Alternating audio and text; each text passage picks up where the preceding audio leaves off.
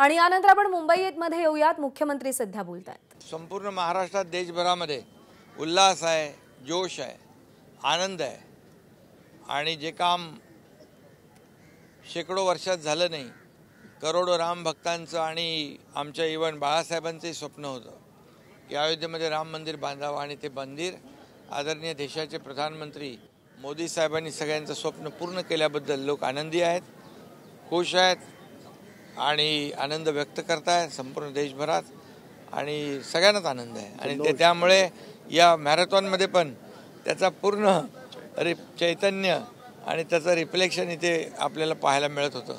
खरं म्हणजे टाटा मुंबई मॅरेथॉन ही 19वी टाटा मुंबई मॅरेथॉन आहे।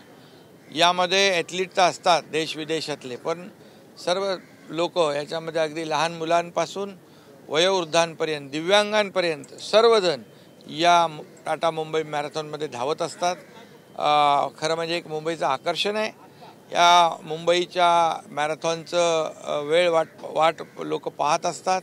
ही जगातली 10वी टॉप 10 टाटा मुंबई मॅरेथॉन आहे आणि मुंबईसाठी धावत असते। आज मुंबई 24/7 आहे। मुंबई कधी थांबत नाही, मुंबई धावत असते, मुंबई धावत असते आणि त्याचं एक सिम्बॉलिक एक प्रतीक म्हणून एक टाटा मुंबई मॅरेथॉनकडे पाहिलं जातं।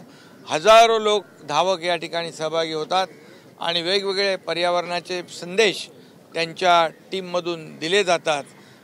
खरं म्हणजे आज आपण पाहतोय ग्लोबल वॉर्मिंग, क्लायमेट चेंज यावर देखील अनेक लोकांनी थीम बनवून आणल्या होत्या आणि त्यामुळे हे मॅरेथॉन एक आगळीवेगळी मॅरेथॉन आहे। मोठ्या प्रमाणावर लोक असताना देखील त्याचं नियोजन अतिशय चोख उत्तम केल्याबद्दल मी पोलीस प्रशासन आणि आपले सर्व जिल्हा प्रशासन, आपल्या विविध विभागाचे अधिकारी, रेल्वे सगळ्यांचं मनापासून अभिनंदन करतो आणि सर्व धावक जे आहेत त्यांचंही मनापासून अभिनंदन करतो, कारण ते याच्यामध्ये धावतात म्हणून याची शोभा वाढते। आणि टाटा मुंबई मॅरेथॉन हे सोशल, जसं ते अगदी सॉल्ट टू स्टील म्हणजे मिठापासून एअरलाईनपर्यंत गेले, परंतु सोशल ॲक्टिव्हिटीज त्यांनी सोडलेले नाहीत। सोशल ॲक्टिव्हिटीजवर खूप मोठ्या प्रमाणावर त्यांनी फोकस केलेला आहे। त्यातलाच एक भाग मुंबईच्या आरोग्यासाठी, मुंबईच्या स्वच्छतेसाठी आणि मुंबईच्या प्रगती आणि मुंबईची युनिटी यासाठी त्यांनी टाटा मुंबई मॅरेथॉनचे आयोजन केले। त्यांनाही मी मनापासून धन्यवाद देतो, त्यांनाही शुभेच्छा देतो। राम मंदिराच्या प्रांगणाची स्थापना आहे, मात्र तुम्ही जाणार नाहीये, तुम्ही ट्विट केलेलं आहे, नेमकी काय भावना होती उद्या न जाण्याची? अयोध्या हे आमचं श्रद्धा आणि अस्मितेचा विषय आहे, त्यामुळे आम्ही दोघं तिघं जाऊन दर्शन घेण्याऐवजी आम्ही आमच्या सर्व मंत्रिमंडळाला, आमदार, खासदार, लोकप्रतिनिधी, आमचे अधिकारी, रामभक्त, प्रभू रामचंद्रावर श्रद्धा असणारे सर्वजण या महाराष्ट्राच्या वतीने एकत्रित गेलो तर त्याचा एक वेगळा आनंद आम्हाला मिळेल आणि म्हणून आम्ही तसा निर्णय घेतला।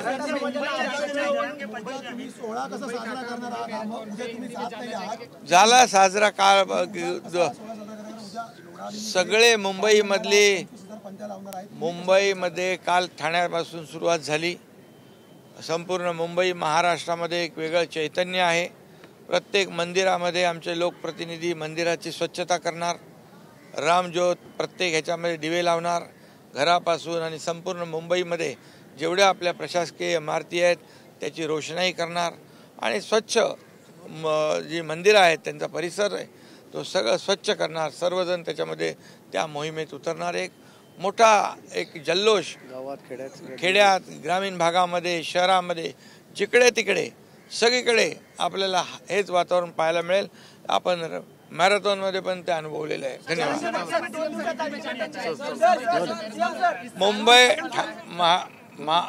टाटा मुंबई मैराथन ये 19th मुंबई मैराथन है।